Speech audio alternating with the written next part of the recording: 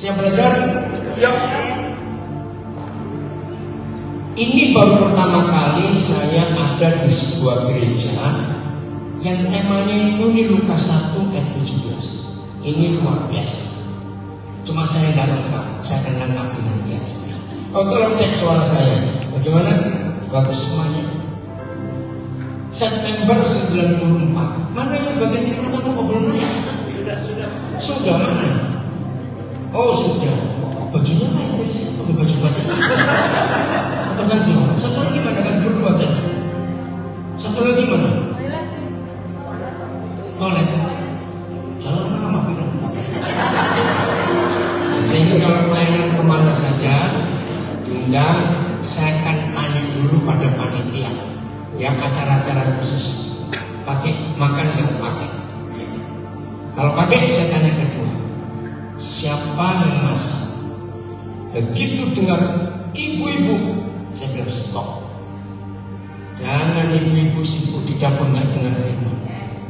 Saya bilang lebih baik beli, cari warga-warga jemaat yang jual makanan, pesan dari mereka. Ada yang bilang nanti rasanya nggak sama, masa dimakan semua satu orang ini? Nggak ada alasan. Ya, kalau saya pelayanan gitu, saya akan periksa dapur. Dapur harus kosong. Semua masuk untuk dengar firman. Harus begitu. Mana belum naik lagi satu orang dari ibu ini. Saya akan lihat nih. Baik, siapa ya? September 84. Saya lupa tanggalnya. Itu pas saya di Salatiga bersama dengan mahasiswa-mahasiswi Universitas Kristen Satya Wacana. Mereka buat KKN 3 hari di Salatiga. Saya pembicara. Hari pertama selesai, hari kedua tiba. Saya lagi sore itu saya lagi santai, merenung semuanya. Saya di kamar kos salah satu mahasiswa. Namanya gangnya itu Kemiri Rejo. Tiba-tiba Roh Kudus bertanya begini kepada saya, Daniel, kitab mana ini kronologis yang memulai perjanjian baru? Ya saya jawab enteng aja, Matius. Bukan. Nah, saya baru tahu. Ternyata kitab pertama, oh ini ibu, bukan juga, itu bukan ibu yang terima tamu. Iya betul. Bukan tuh. Pada saya lihat tapi nggak pakai batik. Ibu kami nungguin ibu dulu, nggak nanya-nanya.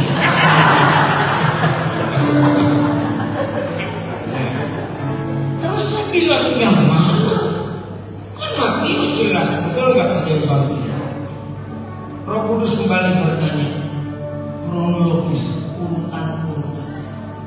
Nah saudara, tahun itu saya sudah 12 tahun menjadi anak. Saya bingung, kok bukan? Akhirnya saya mulai coba cari urutan kejadian. Ayo kira-kira siapa yang bisa jawab di sini? Saya coba ya Pak. Kenapa? Saya coba bisa. Boleh. Kejadian 1 atau 26. Kejadian 1 28. Ibu guru apa? 26. Kursi yang tulis Pak. Oh, Horas kursi yang tulis. Hampir betul. Saya hitung dikit ya. Itu nanti kita akan bahas. Kejadian 1 28. 26. 26 sampai 28. Jangan-jangan ibu pernah dengar khotbah saya. Oke, satu lagi, bukan. Ini kronologis perjanjian baru. Ya silakan. Lukas. Lukas. Bapak pernah dengar khotbah saya dulu nggak tentang ini? Belum. Sudah pernah. Oh, udah pernah. Bapak ada apa? Purba. Purba. Menurut kamu itu purba apa? Simalungun Pak. Oh, Simalungun. Tariga. Banyak. Tariga. Apa? Tariga. Oh, Tariga juga. Sekerabat. Oke. Ternyata kitab pertama untuk memulai perjanjian baru itu Injil Lukas. Nah, bingung bukan? Saya juga baru sadar hari ini. Kenapa kalau saudara punya Alkitab yang buku bukan di HP, antara Maleakhi ke Matius ada satu lembar yang kosong, ada ya. Nah, dalam hitungan orang Yahudi, lembar kosong itu jaraknya usianya 400 tahun. Nabi terakhir buat orang Yahudi itu Maleakhi. Nah, setelah Maleakhi meninggal, Yahweh Tuhan Adonai Israel tidak pernah berbicara satu kata pun. Nah, buat orang Yahudi itu penderitaan. Kenapa mereka menderita? Karena Tuhan meninggalkan mereka. Jadi tidak ada nabi lagi yang dipanggil, nggak ada lagi. 400 tahun. Bayangkan, kalau satu generasi itu dihitung 40 tahun, berarti Yahweh Tuhan berhenti bicara berapa generasi? 10. Mereka gelisah dan mereka gelisah. Kemana Tuhan? Kemana? Kenapa kami ditinggal? Tetap tidak ada jawab. 400 tahun setelah Maleakhi, pertama kali Yahweh Tuhan hadir ke Israel melalui Gabriel, malaikat utusan, menemui imam besar Sakaria yang sedang menjalankan tugas di hari raya Kira-Kira. Bahasa Ibrani Yom Kippur. Nah, Yom Kippur itu hari yang paling suci buat seluruh orang Israel. Mereka punya 7 hari raya. Tapi hari raya Kira-Kira, kalau Indonesianya hari raya pendamaian, itu paling suci. Dan selalu di hari Sabat, itu Jumat.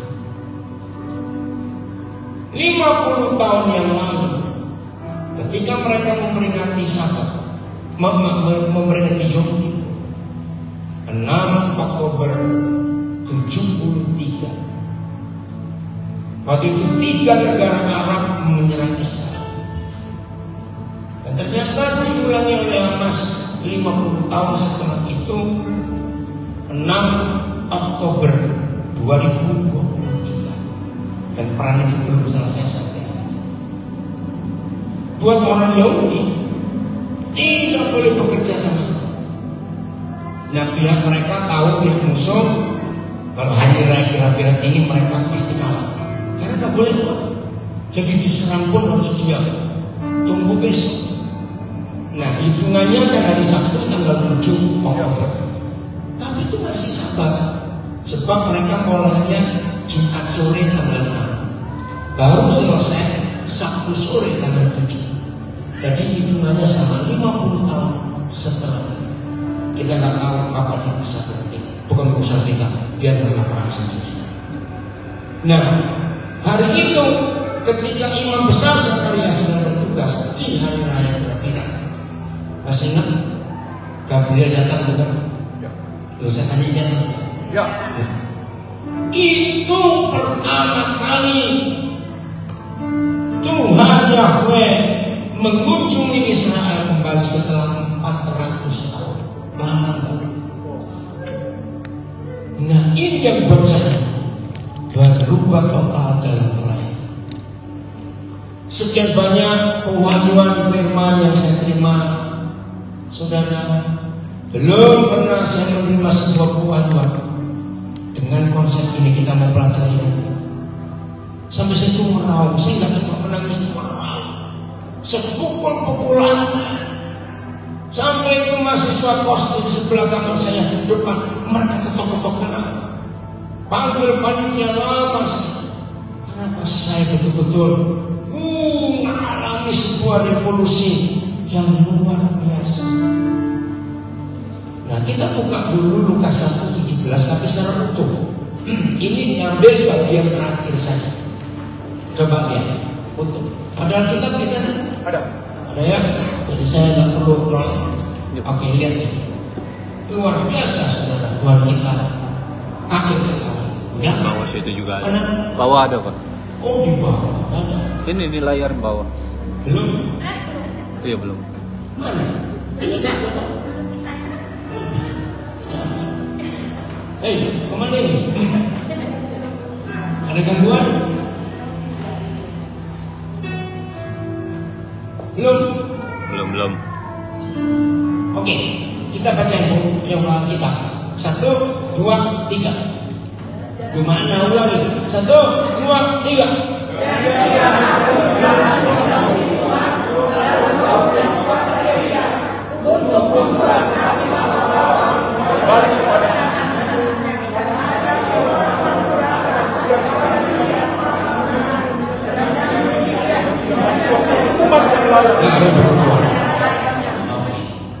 Jadi ini tema tahun 2023 Pak Gembala. Ini yang disampaikan oleh Gabriel kepada Israel melalui imam besar Sakaria. Ayahnya Yohanes Pembaptis. Nah saudara, 400 tahun sebelumnya, ya 400 tahun sebelumnya. Nah sekarang saya ingin meminta saudara di Alkitab saudara pegang itu biar Lukas 1 ayat 17, ya jangan dipindah. Multimedia sekarang kita tayangkan Maleakhi 4 ayat 6. Ini firman terakhir di perjanjian lama. Firman terakhir perjanjian lama. Begitu Nabi Maleakhi selesai bernubuat, begitu selesai, nggak lama dia meninggal. Lalu perjanjian lama terkunci, stop sampai di sini. Oke? Mana? Maleakhi 4 ayat 6. Jadi saudara tetap buka di Lukas 1:17. Oh, maaf, ya saya tahu. Oh itu balik saja. Berarti programnya saya terlalu umum. Alkitab yang sampai tahun 2009 kira-kira. Bukan, dengar dulu. Alkitab yang di komputer sampai tahun 2027 saya itu tidak pernah ada Maleakhi 4. Saya nggak tahu kenapa ya. Nah ini lama. Tolong gantilah bagi orang kaya begini. Terlalu betul nggak mau ganti program itu kuno sudah. Ayo ganti. Oke, begitu dibalik. Saudara buka Maleakhi 4 ayat 6 di Alkitab saudara. Nggak ada percuma. Saya tahu program ini nggak ada, ini terlalu kuno, tolong dibuang. Tolong aplikasi Sabda. Saudara harus pakai Sabda. Ya, itu aplikasi buatan sosial kita di kota Solo. Di dalam aplikasi Sabda itu ada ratusan terjemahan Alkitab dalam bahasa apa saja. Bahkan bahasa Toba, bahasa ada 3. Karo ada 2 bahasa. Ya bahasa apa saja. Hampir semua bahasa suku di Indonesia ada di aplikasi Sabda. Carinya. Oke, cepat ganti Lukas 1:17 di layar itu cepat kerjanya. Jangan lama-lama. Udah gak usah ceritakan percuma saudara ternyata programnya salah. Oke, saudara buka di Lukas 1 Maleakhi 4 ayat 6 di layar ini. Saya ingin termasuk di rumah pakai 2 Alkitab supaya bisa tahu perbedaan. Ini luar biasa. Oke, sebelum kita baca perbedaan, siapa pernah punya pengalaman seperti ini?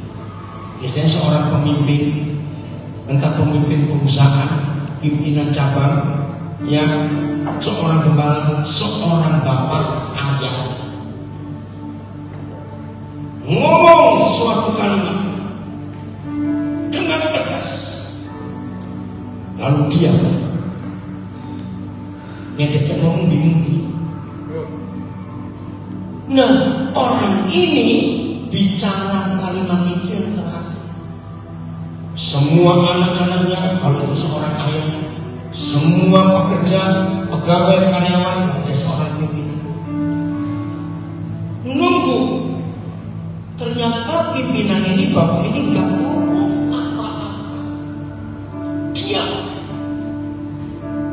Saya tanya, sampai 10 tahun tidak bicara satu kata pun. Kira-kira kita sebagai anak-anaknya, sebagai anak buahnya, anak-anaknya bingung nggak kenapa didiamkan kami? Ngerti ya? Setelah 10 tahun kita nunggu, baru bapak ini, pimpinan ini bicara. Ternyata bicara yang ditunggu 10 tahun kemudian adalah kalimat yang sama terakhir dia bilang 10 tahun yang lalu. Berarti maksud saya? Ya. Berarti ini penting atau tidak? Penting. Sangat. Ternyata seperti itu Bapak yang kita. 400 tahun yang lalu. Baca Malaki 4 ayat 6. Yang di layar kita baca. 1, 2, 3. Maka dia akan membuat hati bapak-bapak berbalik kepada anak-anaknya dan hati anak-anaknya kepada bapaknya. Nah, saudara perhatikan. Inilah satu-satunya ayat dalam seluruh Alkitab yang berisi ancaman, dan ancamannya nggak main-main. Memukul bumi sehingga musnah. Ngeri sekali. Nggak cuma memukul sampai hancur, perhatikan perbedaan. Tapi Yahweh Tuhan murka, memukul bumi sehingga musnah. Tahu bedanya hancur dan musnah? Tahu bedanya hancur dan musnah? Mana yang lebih parah? Ada yang protes. Bukankah Tuhan pernah berjanji nggak akan menghukum bumi lagi? Itu kan pada zamannya. Saya bilang, baca baik-baik. Tidak akan menghancurkan bumi dengan air lagi. Itu kejadian. Tapi ini musnah. Ada seorang ahli ya, dia militer di Jerman, tapi dia anak Tuhan. Banyak negara ya, ada orang-orang tertentu ingin mengurangi jumlah penduduk bumi. Lihat ya, kasusnya COVID itu salah satu. Oke, kita serang mereka membuat apa? Nah, orang ini jenderal ini dari Jerman, dia berkata ketika dia baca Malaki 4 ayat, ternyata hanya ada satu cara bumi ini musnah, bukan dengan perang nuklir, bukan dengan AIDS sebarkan kemana-mana, bukan dengan tsunami, gempa bumi 10, sekian Richter, bukan dengan gunung meletus, bukan dengan tanah. Saya kaget kejadian yang berkata, ternyata hanya Alkitab yang menulis kapan, mengapa, bila mana bumi bisa musnah. Cadang. Hanya sepele. Bapak-bapak dibuat jahat kepada anak-anak. Aneh. Sesederhana itu setan merusak dan memusnahkan. Hanya supaya bapak-bapak jadi jahat kepada anak-anak.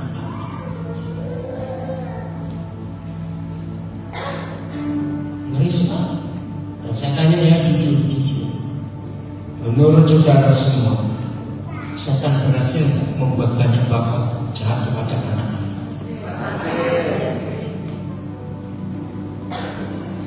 Ketika gereja sibuk, kau duduk dan megah, paksa peras jemaat untuk beri waktu untuk mau duduk. Bukan itu yang Tuhan minta. Ayo sekolah Alkitab, sekolah teologi. Bukan itu yang Tuhan minta. Jadi tugas gereja terbesar, pulihkan hati bapak-bapak untuk sembuh. Dan kalau bapak-bapak hatinya sembuh, bisa sayang anaknya lagi. Baru di Lukas 1:17 hukuman berubah menjadi menyiapkan suatu umat yang anak gereja berhasil membuat hati Bapak. Bayangkan 400 tahun dia. Tadi saya beri contoh cuma 10 tahun kita sudah pusing. Kenapa nggak ngomong-ngomong ini Bapak? Setelah 10 tahun dia baru ngomong lagi dengan kalimat terakhir. 10 tahun yang lalu dia mengucapkan. Sekarang kita lihat perbedaannya. Sekarang di Alkitab Saudara Malaikat 4:6 di layar Lukas 1:17. Baca, sama nggak kalimat pertamanya? Ya, belum baca satu kesesatannya di Alkitab Saudara Malaikat sama, betul? Belum saya tanya cepat jawab. Ya toh dengan kuasa roh ini, oke? Untuk membuat hati bapak-bapak berbalik pada anak-anak. Sama tidak dengan Maleakhi? Nah, ini mulai perbedaannya. Di Maleakhi supaya hati anak-anak berbalik kepada bapak-bapak. Tapi Gabriel bicaranya beda. Ayo baca. Dan membuat hati bapak berbalik pada anaknya dan hati orang-orang durhaka. Dan hati orang-orang durhaka dibalikkan kepada pikiran orang. Saudara perhatikan, kenapa ada kata durhaka? Siapa yang pernah membuktikan 80% lebih anak-anak muda ada di penjara itu karena disakiti bapaknya. 80% lebih anak-anak benci kepada bapaknya karena bapaknya nyakitin mamanya. Anak-anak gak terima.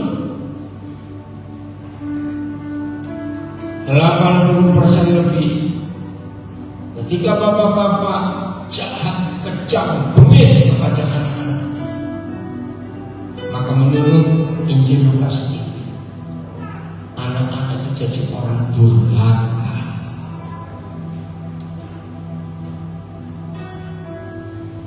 Saya ingin saudara orang Toba baca kitab bahasa Toba, yang Karo baca kitab bahasa Karo untuk kalimat ini.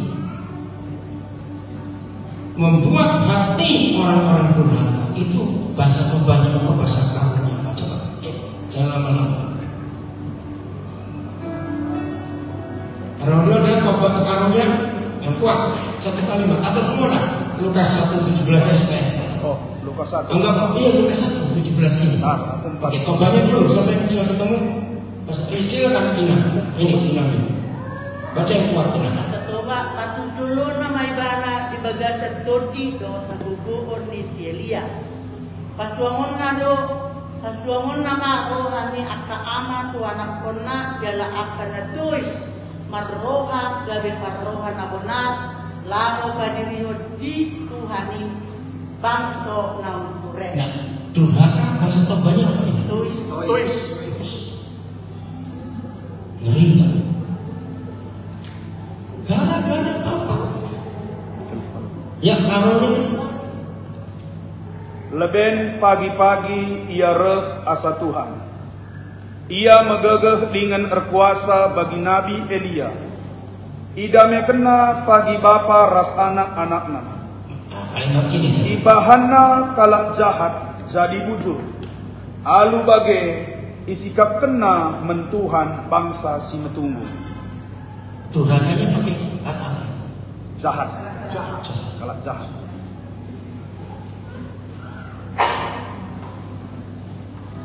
Hampir tidak ada mama benci anak itu, hampir tidak ada. Karena mama itu tahu betapa susah mengandung dan melahirkan. Apa ini yang sering kecil? Kolose 3:21.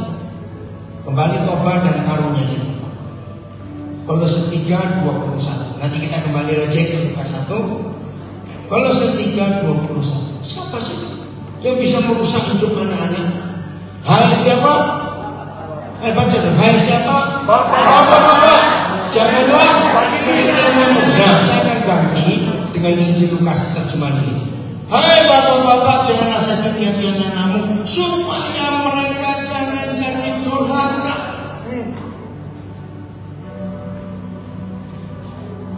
Saya tanya, waktu kita masih kecil, anak-anak itu lebih mudah memaafkan bapaknya atau mamanya? Luar biasa. Di hati anak-anak sudah tertulis sebuah firman. Nanti kalau sempat di sesi kedua kita akan bahas. Di hati anak-anak ada firman yang tertulis, Mama, silakan salah, kami memaafkan. Tapi jangan sampai Bapak. Ngeri ya? Di hati anak-anak, nggak usah bilang yang Kristen, pokoknya itu ada konsep Papa itu nggak boleh salah.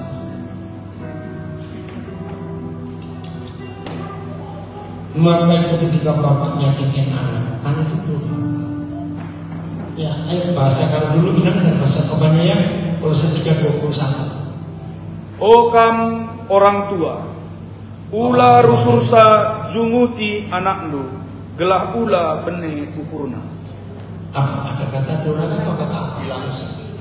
Sakiti. Iya, jadi apa? Supaya anak tidak. Supaya jangan tawar hati. Oh, tawar hati juga. Ini bahasa Tobanya. Bahasa Toba, hamu aka ama-ama, unang gintali hamu aka anak pemuna, asa unang madele. Oh, bapak-bapak itu mama. Apa itu bahasa bapak-bapak? Ama-ama gintali. Apa kata apa tawar hati? Kalau kata gintali. Apa artinya apa bahasa Indonesia? Gintali itu mencemarkan hati anak-anak. Ya terus hasilnya supaya anak jangan apa itu hasilnya. Ya apa itu hasilnya? Putus asa, Kacau. itu. Saya ulang lagi pertanyaannya. Setan berhasil nggak membuat bapak-bapak kejam pada anak? Berarti setan berhasil membuat generasi durhaka. Karena para ama-ama tadi bapak menyedihkan saya. Mengapa ada bapak-bapak bisa kejam pada anaknya? Kemungkinan pertama 90% opungnya anak ini jadi bapaknya si bapak melakukan hal yang sama waktu bapak ini masih kecil. Dan dendam itu dia balas kepada anak-anak yang tidak tahu apa. Maka itu lewat pertemuan hari ini kita harus putus rantai setan. Jangan kita teruskan. Kalau tidak diputus, nanti cucu-cucu kita akan buat yang sama. Kapan berhenti? Maka itu saudara, firman Tuhan ini luar biasa. Kembali ke Lukas 1:17 di layar Alkitab saudara, Malaki 4 ayat 6. Ada perbedaan. Dalam Lukas 1 jelas, dan dengan demikian menyiapkan bagi Yahweh suatu umat yang layak bagi. Malaki tadi, kalau tidak, artinya kalau gereja di akhir zaman tidak berhasil membuat ayah-ayah bertobat, maka Yahweh Tuhan akan memusnahkan. Jadi ada harapan dan perjanjian baru. Ada harapan tidak? Maka itu kita harus seperti itu. Akhirnya sejak September 84 sampai hari ini, Tuhan percayakan saya waktu sebelum menikah, suami menikah, kami suami istri melakukan mengurus banyak anak-anak. yang nggak punya papa maupun yang punya papa tapi nggak pernah merasakan kasih sayang, demi supaya bumi tidak rusak. Maka itu masuk pernikahan harus benar. Jangan sampai kita meneruskan apa yang kita terima waktu kita masih kecil. Jangan. Nah, ini penyebab yang pertama, hampir 90%. Karena ayah kita dulu melakukan yang jahat kepada kita. Ayo kita putus.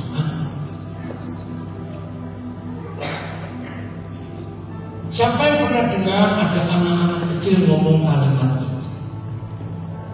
Tunggu ya saya besar. Pernah dengar ada anak ngomong begini? Artinya apa? Balas dendam. Dendam kepada bapaknya. Tunggu aku besar. Ngeri.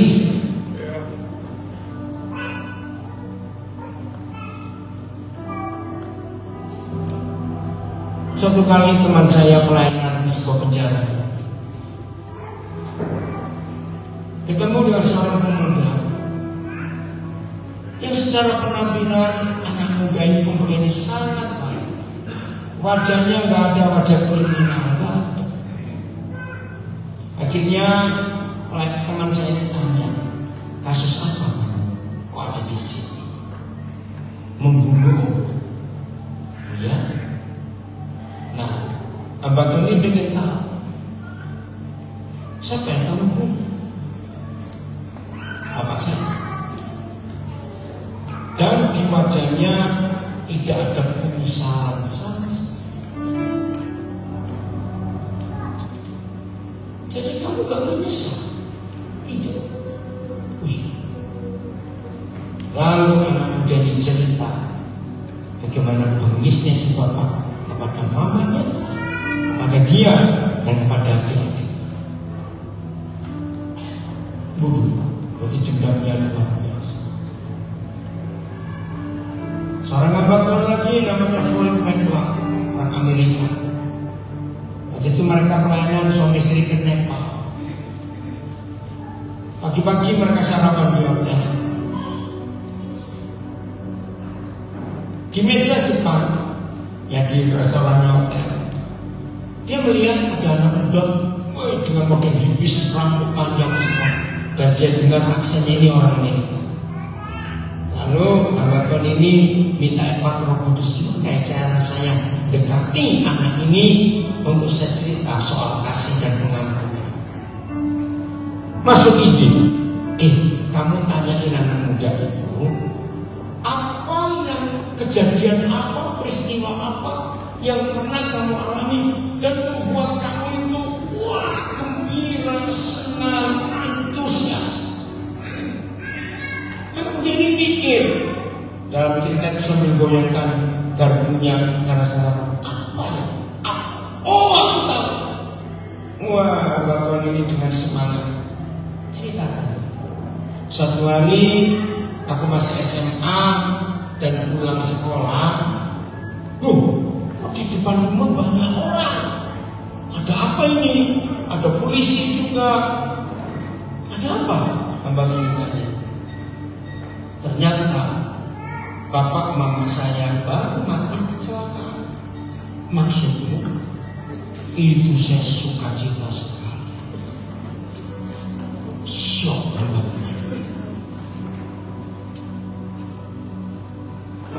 Dan ternyata ada. Dan itu ditulis dalam buku,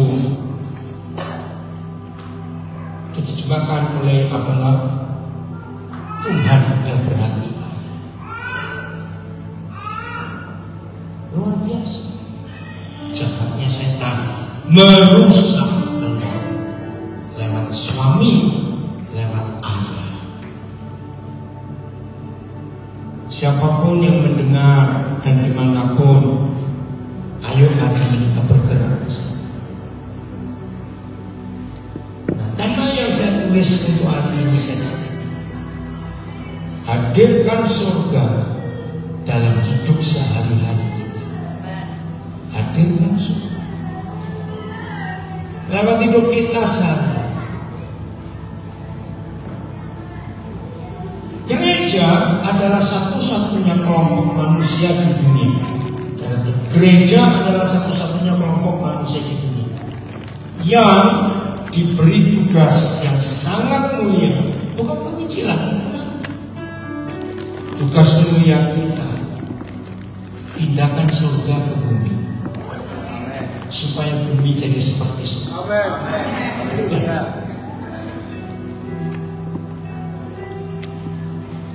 Tapi saya ngomong lagi kalimat yang sama. Gereja apa? Ingat, kalau hidup tidak menjadi seperti surga, pasti seperti neraka. Saya tanya lagi, setan berhasil membuat bumi jadi seperti neraka? Setan berhasil tidak membuat hidup jadi seperti neraka? Berhasil. Berarti gagal siapa? Kita. Bapa kami di surga, dikuduskan namamu terus. Nah, harusnya kita mendatangkan kerajaan. Datanglah kerajaanmu, supaya, nah ini terjemahnya salah, supaya bumi jadi sama seperti surga. Bukan datanglah kerajaanmu, jadilah kehendakmu di bumi seperti surga. Agak susah mengerti kalimat ini. Jujur, semiskin-miskinnya orang pindah rumah itu mudah atau ribet?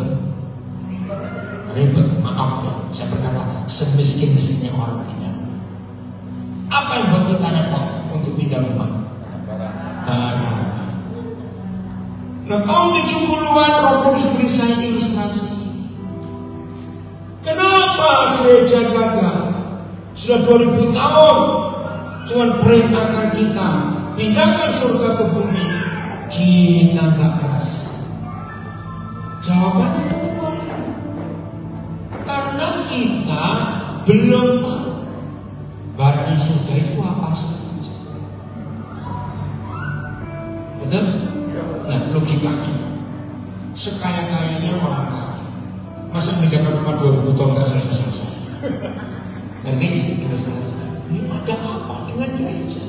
Ada apa dengan gereja sehingga diminta satu saja pindahkan surga ke bumi? Tapi gereja sibuk dengan doktrin, perang nama, sibuk dengan liturgi, sibuk dengan baptisan, sibuk dengan bangunan gedung Allah, sibuk terus. Dan nanti sekali saya berkata, setan berhasil membodohi kita, sehingga yang utama kita tinggalkan, yang gak penting kita utamakan. Mengerikan. Ayo kita bertobat hari ini. Nah, ternyata Alkitab yang memberitahu kita isi surga itu apa saja untuk kita pindahkan. Roma 14 dan 17. Pasti akan kaget kalau saudara melihat, cuma itu isinya surga. Ya itu gobloknya kita. Pindahkan yang cuma segitu aja 2000 tahun gak selesai-selesai. Ya. Sebab kerajaan Tuhan bukanlah soal makanan dan minuman. Ini yang saya paling rindu. Gak mau sih. Maaf ini saya cuma cerita, tapi tetap tahu perlu makan. Nah, dalam beberapa hari perjalanan ini saya cuma cerita ya. Saya minta gereja-gereja yang kami layani siapkan makanan. Seperti kemarin, saya khotbah sendiri 3 sesi, saya bayar makanan sendiri untuk yang hadir. Itu kebiasaan saya. Terima, walaupun kurang penting. Maka itu saya ini paling ribet soal makanan. Apalagi kalau ada yang mau menikah. Saya banyak ketemu pengantin goblok lah. Harusnya selesai nikah senang-senang. Gak senang, bayar utang. Lu ada tidak? Goblok sekali. hanya gara-gara nurutin orang yang ingin makan gratis kalau ada pesta. Murah aja. Kalau sosial kamu bodoh. Jadi misalnya ada orang tua mau nikahkan anak dan gak punya uang, cukup di gereja saja. Tapi jawab, nanti orang ngomong apa? Nah, saya punya jawaban. Jadi yang minta pesta kan yang ngomong. Beritahu, kami memang gak ada pesta. Tapi karena ibu bapak ini pesta, ya udah ibu bapak buat pesta, kami datang. Mau? Serius. Saya marah dengan kebodohan, kegoblokan anak-anak itu. Hanya mau pamer, mewah anak menikah, tapi menyiksa anak. Ada puluhan tahun lalu masuk anak sudah 40 lunas. Ya betul enggak? Apalagi pakai ada gobloknya. Ini loh, pakai ada ini. Apalagi orang Batak beli marga, mau disuruh juta. Apaan sih? Hanya nama Yesus yang ada. Bukan marga itu. Bertobat itu. Gak penting tersinggung. Amin. Setiap kali saya bertanya Batak, saya selalu menghancurkan kalimat. Kata-kata dari mulut orang Batak. Lebih baik dikatakan tidak bertuhan, tapi beradab. Itu setan dalam nama Yesus. Hancurkan itu menyiksa hidup anak-anak. Menikah sampai menumpangkan lunas. Yang gak setuju jawab protes saya, protes aku. Karena hukum Tuhan lebih tinggi dari hukum. Amin. Harus. Yang tidak suka neraka. Karena itu hukum neraka yang dipakai oleh orang-orang tua kita yang tidak tahu kebenaran. Kalau pemensen masih hidup, dia nangis dan kelakuan kita. Jauh di bawah Injil. Maaf ya, tapi ini kebenaran. Awas yang mau menikah sampai utang-utang belum mudah. Sering banget. Cukup di gereja saja Tuhan hadir.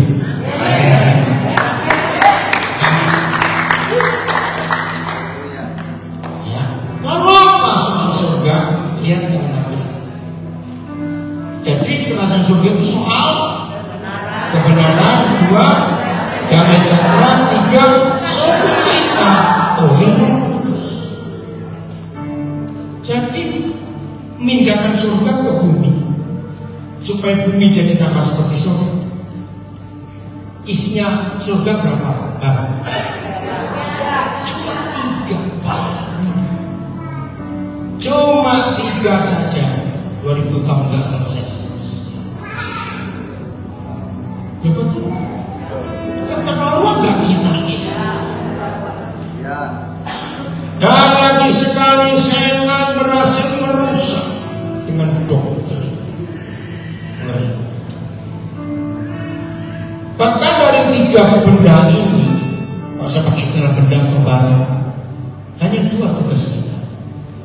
Karena nomor 1 itu nggak perlu kita apa-apa. Siapa dan apa kebenaran itu? Tuhan Yesus. Firman. Amin. Firmannya kita nggak perlu ngapa-ngapain. Bawa aja kebenarannya. Dan di sana rusak doktrin, sehingga kacau. Nah, 2 benda yang lain itu memang tugas kita. Bawalah damai sejahtera kemanapun kita pergi. Amin. Bawalah sukacita kemanapun kita pergi. Supaya orang-orang menikmati. Saya tanya, damai sejahtera sukacita ini bayar atau gratis? Gratis dari Tuhan Yesus. Tapi kenapa yang gratis pun kita nggak bisa memberi? Karena nggak punya. Loh, kenapa tidak punya? Padahal Tuhan Yesus sudah berkata, damai sejahtera-Ku kutinggalkan kepadamu. Damai sejahtera-Ku sendiri, Yohanes 14 ayat 7, yang kutinggalkan kepada kamu. Dan damai sejahtera ini tidak sama dengan yang dunia. Dan berarti seharusnya kita sudah punya damai sejahtera. Sudah, karena diberi oleh Tuhan Yesus. Tapi kenapa punya mau nggak punya? Karena damai sejahtera itu dicuri setan. Bagaimana cara setan mencuri? Dengan memunculkan kejengkelan. Jengkel itu sudah merusak damai ini. Bukan benci, kalau benci sudah merusak. Jengkel. Jengkel itu besar atau kecil? Kecil. Jengkol besar. Ya betul. Jengkol itu jauh lebih besar daripada jengkol. Jengkol itu kecil. Tapi kita sering kalah. Ayo hari ini kita merubah konsep. Nah, karena damai sejahtera ini gratis itu kita gak pernah bisa beri, sebab kita gak punya. Kenapa gak punya? Karena dicuri oleh iblis. Maka kemanapun kita pergi, apa lawan katanya damai? Dan tidak damai. Apa lawan katanya damai? Gelisah. Apa? Gelisah. Kacau apa? Gelisah. Gelisah. Lawan kata damai itu gelisah. Dengar baik-baik. Iblis itu sangat mengenali ketidaksukaan kita terhadap apa saja. Catat baik-baik.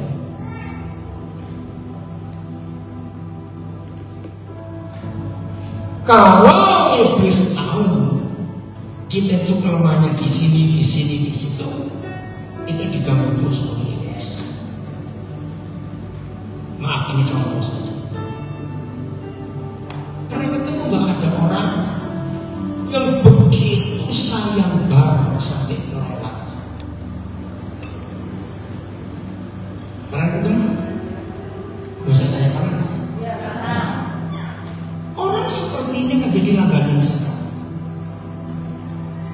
untuk barangnya diganggu. Begitu barangnya diganggu, langsung damainya hilang. Ngerti sampai ini? Bagus nih.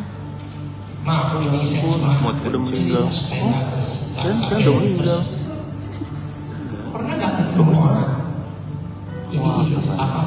Tiap hari saya apa mereka di undang lagi.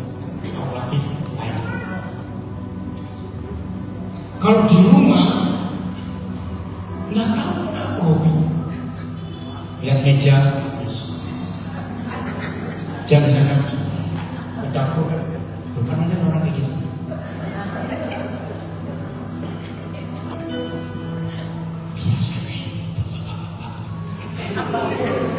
Biasanya jawab biasanya. Oh, orang jujur diberkati. Nah, kalau ada istri dan mama seperti itu, kasihan yang tinggal serumah.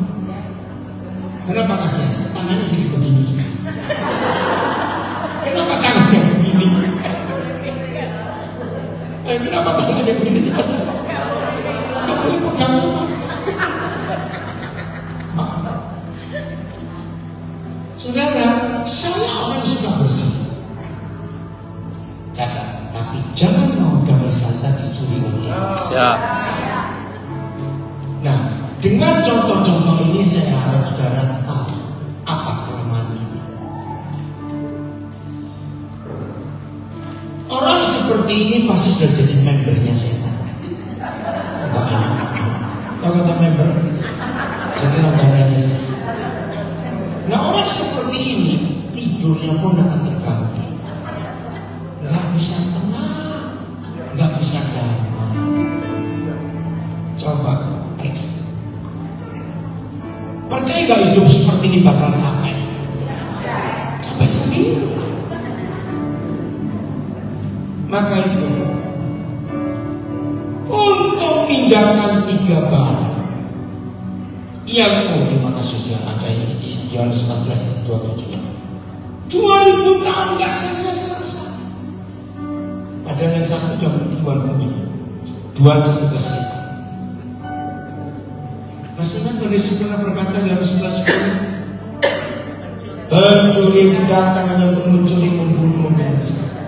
Tetapi Yesus datang untuk memberi hidup, bahkan hidupnya dengan abadi. Ya, jangan izinkan setan mencuri barang-barang surga yang penting. Sukacita. Masih ingat surat Filipi? Bersukacitalah senantiasa. Sekali lagi aku katakan bersukacita. Ini pun dicuri oleh iblis. Maaf, ini contoh lagi. Tapi jadi dulu jangan menolak saya. Satu keluarga mau pergi keluar kota, barang-barang sudah di mobil. Tunggu, balik lagi. Oh iya, koper dibuka lagi. Sudah. Tunggu, balik lagi. Maaf, biasa. Saya itu bilang, memang bawa anak itu ribet kalau pergi. Tapi jangan kayak begitu. Kalau kau lupa, Indomaret masih banyak di pinggir-pinggir jalan. Kenapa repot? Bukan nggak aman. Bukan saya mau ngilangkan Indomaret, itu banyak. Mau apa? Setuju atau tidak? Daripada mau berangkat bolak-balik. Koper saja terbolak lagi. Nah itu salah satu contoh kecil. Abah, kenapa kamu terlambat sekali? Dibilang ibadah jam 9. Awas. Nanti biarkan nasibnya masing-masing. Apa kamu bilang? Dia jadi anak saya sampai Abu Bakar gara-gara salah sambung itu. Begitu saya halo, bapak tukang bakso masih perlu tenaga. Masih bakso. Betul cerita. Saudara, ini loh yang setan buat. Gampang mencuri damai sejahtera dan sukacita. Siapa pernah ngalami ini? Contoh kecil. Suami istri pagi-pagi bangun masih di tempat tidur. Cerita, Ma, kemarin luar biasa itu berjaya nih. Si mama cuma, iya betul, luar biasa. Oh iya, nanti kata-kata pokoknya indah. Merenungkan firman, berdoa bersama, masih tidur. Indah nggak suami istri seperti ini? Indah sekali. Tiba-tiba salah satu bangun karena mau kencing. Ya saya nggak nyebut ini bapak ibu, pokoknya duduk ini mencengnya. Ya mulai itu. Tiba-tiba salah satu bangun duluan mau kencing, yang satu masih di tempat tidur. Begitu yang satu masuk teriak, mana sih giginya ini? Ribut, bisa nggak itu terjadi? Bisa nggak? Jangan saudara dong. Ada 2 menit yang lalu masih menikmati hadirat Tuhan. Baru masuk kamar mandi belum 2 menit ribut. Mana sih gigi? Ngerti contoh ini? Jadi begitu mudah setan mencuri damai sejahtera dan sukacita. Saya tanya kalimat ini. Jadi sebenarnya makin tua usia kita menghadapi setan-setan itu, harusnya siapa lebih pintar dari siapa? Bisa tanya, seharusnya siapa lebih pintar dari siapa? Coba jawab. Yang tanya.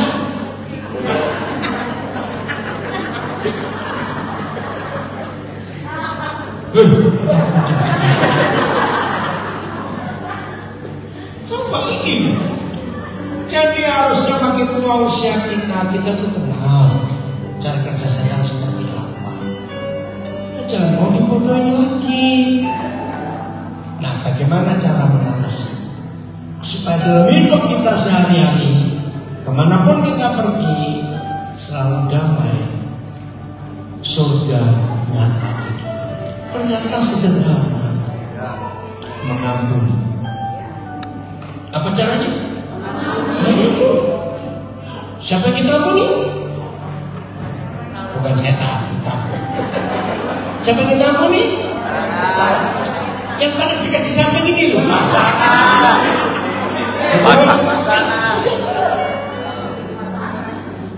Oke. Saya mau tanya kalimat ini, kalau dia yang belum menikah, buka kupingmu. Ayo semua yang dengar. Kalau saya lihat di ruangan ini sedikit yang belum menikah ya. Ya, yang belum menikah dengar. Kami akan jujur kepada saudara yang belum menikah. Dengar pertanyaan saya ini dan tolong jawab dengan tepat dan kencang suara. Oke. Ternyata di dunia ini, kalau ada dua orang yang rajin saling menjengkelkan, itu pasti suami istri. Jawab. Amin. Mana yang lain? Munafik kejujur. Ayo jawab. Bapak, jangan batangan. Jawab. Saya tanya lagi. Ternyata di dunia ini kalau ada dua orang yang rajin saling menjengkelkan, itu pasti suami istri. Nah, yang belum menikah, nekat mau menikah, mikir kamu. Itu maksudnya. Mikir ya. Nah, ternyata memang kita dua ini rajin saling menjengkelkan. Oke. Biasanya hal-hal yang membuat kita jengkel itu perkara besar atau perkara kecil. Saya masih aku jengkol masih lebih besar. Nah, sekali lagi, kalau hal-hal kecil yang sering membuat kita jengkel, makin panjang usia perkawinan kita, harusnya jengkel itu makin kurang atau makin tambah? Seharusnya cepat jawab. Faktanya siapa yang bodoh tinggal begini? Kan kita nggak mau belajar sudah. Namanya kita sambil tertawa, tapi ngeri loh akibatnya. Kembali ke topik ini. Mama yang sering saling menjengkelkan di rumah, korban pertama pasti anak-anak. Mereka stres. Ya itu tadi. Akhirnya jadi generasi pemberontak. Karena papa mama yang tidak saling mengampuni, papa mama yang tidak saling berdamai, menciptakan neraka di keluarga kita. Betul atau salah? Anak-anak kepanasan. Jadi hari ini di sesi ini, ayo kita belajar. Jangan izinkan mencuri tiga benda ini: kebenaran, damai sejahtera, sukacita oleh Roh Kudus. Itu barang yang sangat berharga, lebih dari emas 25 kilo, betul? Lebih dari uang berapa triliun lebih. Kebenaran, damai sejahtera, sukacita.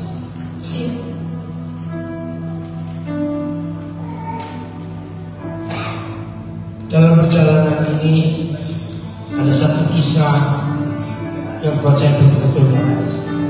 Ada seorang bapak di Delhi, begitu rindunya anak istrinya hidup dalam kebenaran, tapi cara dia maksa. Keras sekali bapak kepada istrinya, kepada anak-anak. Dia betul memang, dia betul. Tapi cara sampai sekeluarga nggak suka dengan bapak, satu keluarga. Tapi indah kerinduannya untuk menyatakan surga, tapi caranya sih. Nah, hari Jumat yang lalu itu pertama kali dia dengar saya mengaji. Saya bersyukur dia menanggapi firman ini. Maaf ya, ini kan kalau orang Batak kalau ngomong jujur apa adanya. Beda dengan orang Jawa. Mau ke kanan, mau ke belakang, ke kiri, terus muter.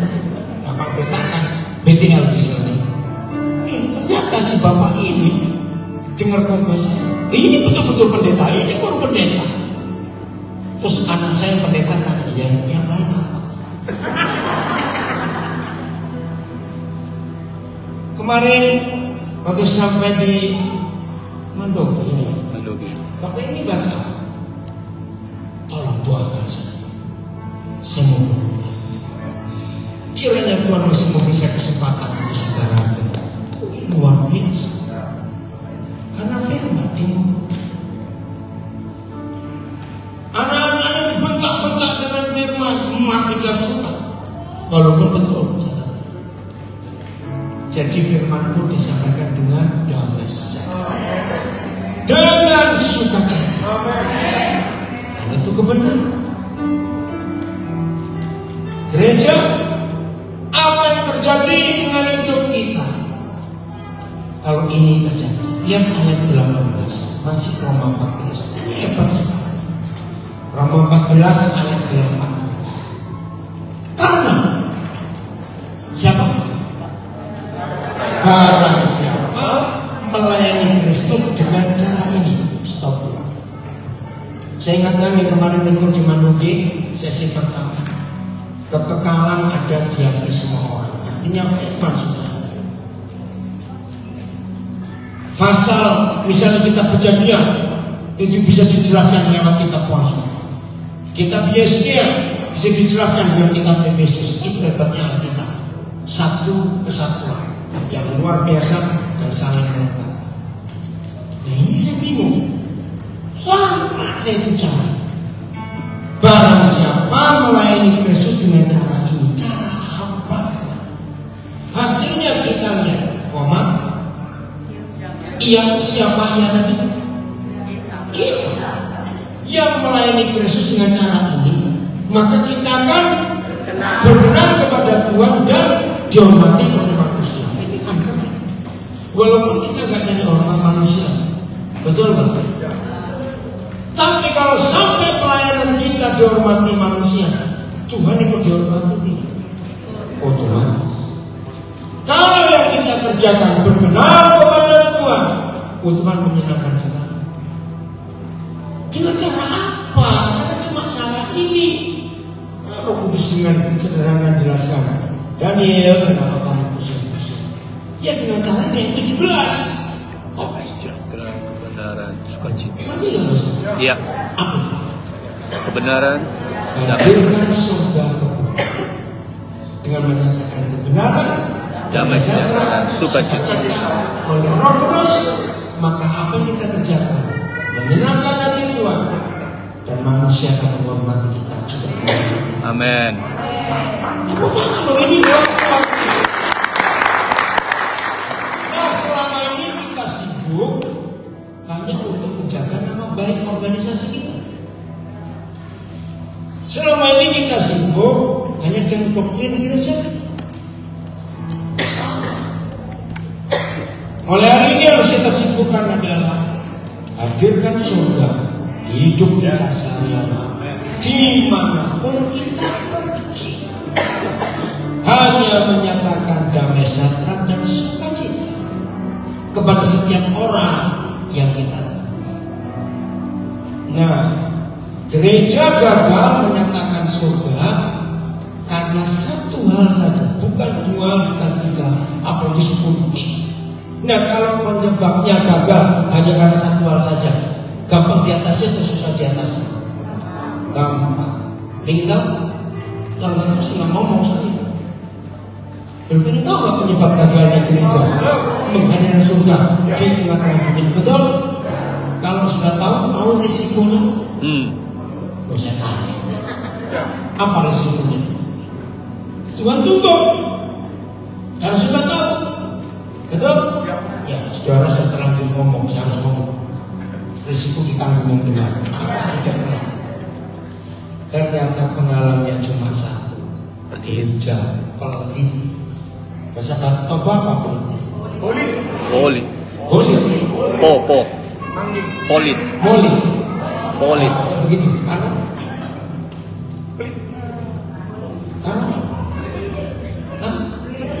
penting. Pelit. Tik-tik.